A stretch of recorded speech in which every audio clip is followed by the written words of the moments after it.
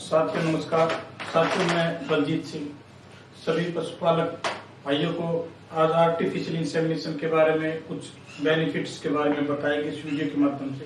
साथियों सबसे पहले बात करेंगे कि आर्टिफिशियल इंसेमिनेशन यानी कि पशु में कृत्रिम गर्भधान होता क्या है।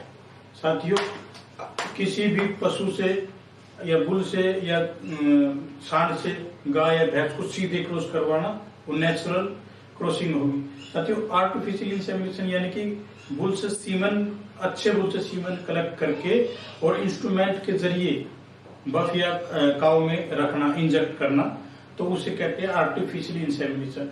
साथियों सबसे पहले बात करेंगे कि आर्टिफिशियल इंसेमिनेशन के बेनिफिट्स क्या क्या है, यानी कि फायदे।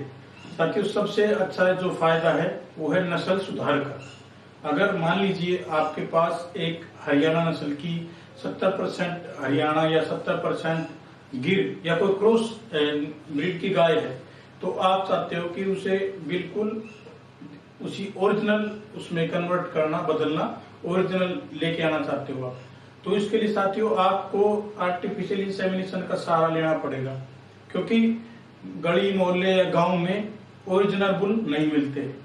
जैसे कि आपके पास मान लीजिए साहिवाल गाय है, तो साहिवाल हो सकता है कि एक साहिवाल बुल आपको मिल जाए, लेकिन हरियाणा गाय है तो हरियाणा का बुल आप कहां से लेके आओगे। तो साथियों इसके लिए बेटर उपयोग है आर्टिफिशियल इंसेमिनेशन यानी कि कृत्रिम गर्भधान। अगर आप कृत्रिम गर्भधान, जैसे साथियों मान लीजिए आपके पास जर्सी गाय है, तो जर्सी गाय का बुल कहीं पे भी नहीं मिलेगा, तो आपको वो सीमन आर्टिफिशियल इंसेमिनेशन, क्योंकि सीमन जो बैंक होता है वहां से आपको सब सीमन उपलब्ध होंगे आपकी गाय के लिए या आपकी भैंस के लिए। तो साथियों सबसे अच्छा जो इसका फायदा है वो है नस्ल सुधार का। साथियों नंबर 2 पर आता है केवल बछिया, यानी कि अगर आप अपने पशु में, अपनी गाय में अगर सेक्सोटेड सीमन रखवाते हो तो केवल बछिया पैदा होगी, यानी कि 95%, 95% आपकी बछिया पैदा होगी।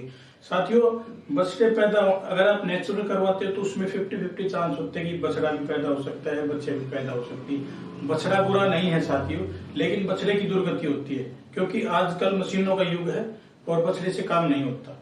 बछड़े को क्या करेंगे साथियों, नहीं तो हम दूध अच्छे से दूध पिलाते और नहीं हम अच्छे से उसकी गौर करते। हम उससे जितने गाय दूध देती है उतने दिन उसको रखते हैं, उसके बाद गौशाला में छोड़ देते हैं। साथियों अगर बच्चिया पैदा होगी, अगर मान लीजिए आपकी गाय अच्छी है और आप अच्छी उसको सेक्सोटेड अच्छा सीमन रख पाते हैं, तो आपकी गाय केवल बच्चिया को जन्म देगी और बच्चिया से आप अच्छी उसमें नस्ल में तैयार कर सकते हैं। तो साथियों आर्टिफिशियल इंसेमिनेशन से एक बेनिफिट ये भी है कि आप केवल बच्चिया अपनी गाय से केवल बच्चिया ले सकते हैं। नंबर 3 पर आता है अंग या विकलांगता। अगर आपका पशु किसी भी वजह से विकलांग हो गया है तो उसमें आप नेचुरल क्रॉस नहीं करवा सकते, उसके लिए भी आपको आर्टिफिशियल इंसेमिनेशन का सहारा लेना पड़ेगा। मान लीजिए आपकी गाय या भैंस बहुत ही अच्छी क्वालिटी की है, उसको आप बेचना नहीं चाहते और ना ही वो क्रॉस होगी बुल से नेचुरल, तो आप क्या करोगे, आप उसमें भी आर्टिफिशियल इंसेमिनेशन का सहारा ले सकते हो। साथियों ये इसलिए ही बनाया गया था आर्टिफिशियल इंसेमिनेशन की पशुओं को ज्यादा परेशानी ना हो और आप आराम से क्रॉस करवा सकते हो। उसमें क्या होता है साथियों, मान लीजिए आपकी गाय कोई एक्सीडेंट हो गया, कोई पैर टूट गया, वो पैर जुड़ा हुआ है, उसमें आप नेचुरल करवाओगे उसको तो पैर बिल्कुल दोबारा टूटने के चांस ज्यादा होते हैं, क्योंकि बुल हैवी होता है। तो इसलिए आराम से उसको नेचुरल ना करवा के आराम से उसको कृत्रिम गर्भधान यानी कि आर्टिफिशियल एआई करवा सकते हो। साथियों नंबर 4 पर आता है कि पशुओं को यौन रोग से बचाओ, यौन रोग से या जो रोग होते हैं उनसे बचाओ। साथियों सबसे पहले बात करेंगे कि एक रोग होता है ब्रुसेलोसिस, एक होता है वेब्रोसिस। साथियों ये रोग जो होते हैं ये पशु में नेचुरल क्रॉसिंग के द्वारा ही, क्योंकि ये रोग जनानन के जरिए ही एक दूसरे पशु में फैलते हैं। साथियों जैसे पशु क्रॉस करता है, क्योंकि वो पशु एक या गाय को या भैंस को क्रॉस नहीं करता, पूरे दिन में कई भैंस कई गाय को क्रॉस करते हैं, जिन्होंने रख रखी है वो करवाते हैं, क्योंकि उनका काम है। साथियों आर्टिफिशियल इंसेमिनेशन यानी कि पशु में बीज रखना, वो हर बार उसमें नए शीत यूज होती है, बिल्कुल क्लीन शीत होती है, वो बिल्कुल भी यूज नहीं होती।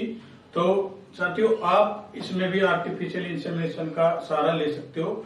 मान लीजिए आपकी भैंस क्रॉस करवानी है, आप चले गए अपनी भैंस को लेके या गाय को लेके, तो साथियों वो जो बुल है वो पहले भी कई बार भैंस को क्रॉस कर चुका है, तो उसमें यौन रोगों का बढ़ना ज्यादा संभव है। साथियों जैसे मेट्राइटिस है, बच्चेदानी में इन्फेक्शन है, मेट्राइटिस का मतलब बच्चेदानी में इन्फेक्शन, मास्टाइटिस, थनैला रोग, और अबॉर्शन, बार बार जब ब्रुसेलोसिस होता है पशु को तो अबॉर्शन कर देता है 4-5 महीने से बाद जब पशु अबॉर्शन करना शुरू कर देता है। तो साथियों ये यौन रोग है, ये ऐसे ही फैलते हैं, तो एक दूसरे पशु में फैलते हैं इसी प्रक्रिया के। साथियों नंबर 5 पर आता है कि समय और पैसे की बचत।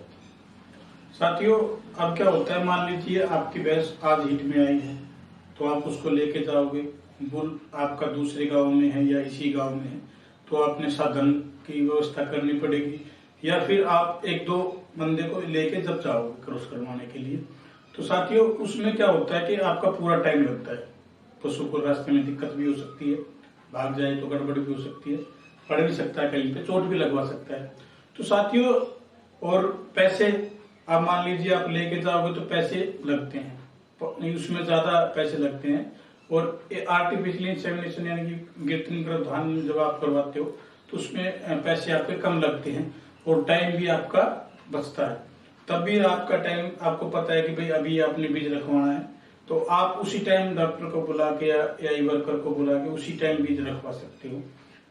और जब नेचुरल करवाओगे आप, या अगर आपके गांव में बुल है तो आपको उसको पहले ढूंढना पड़ेगा, खोजना पड़ेगा कि भाई है कहाँ पे, तो साथियों उसमें टाइम लगता है, पूरा दिन लग जाता है। तो साथियों एआई का ये भी एक बेनिफिट है।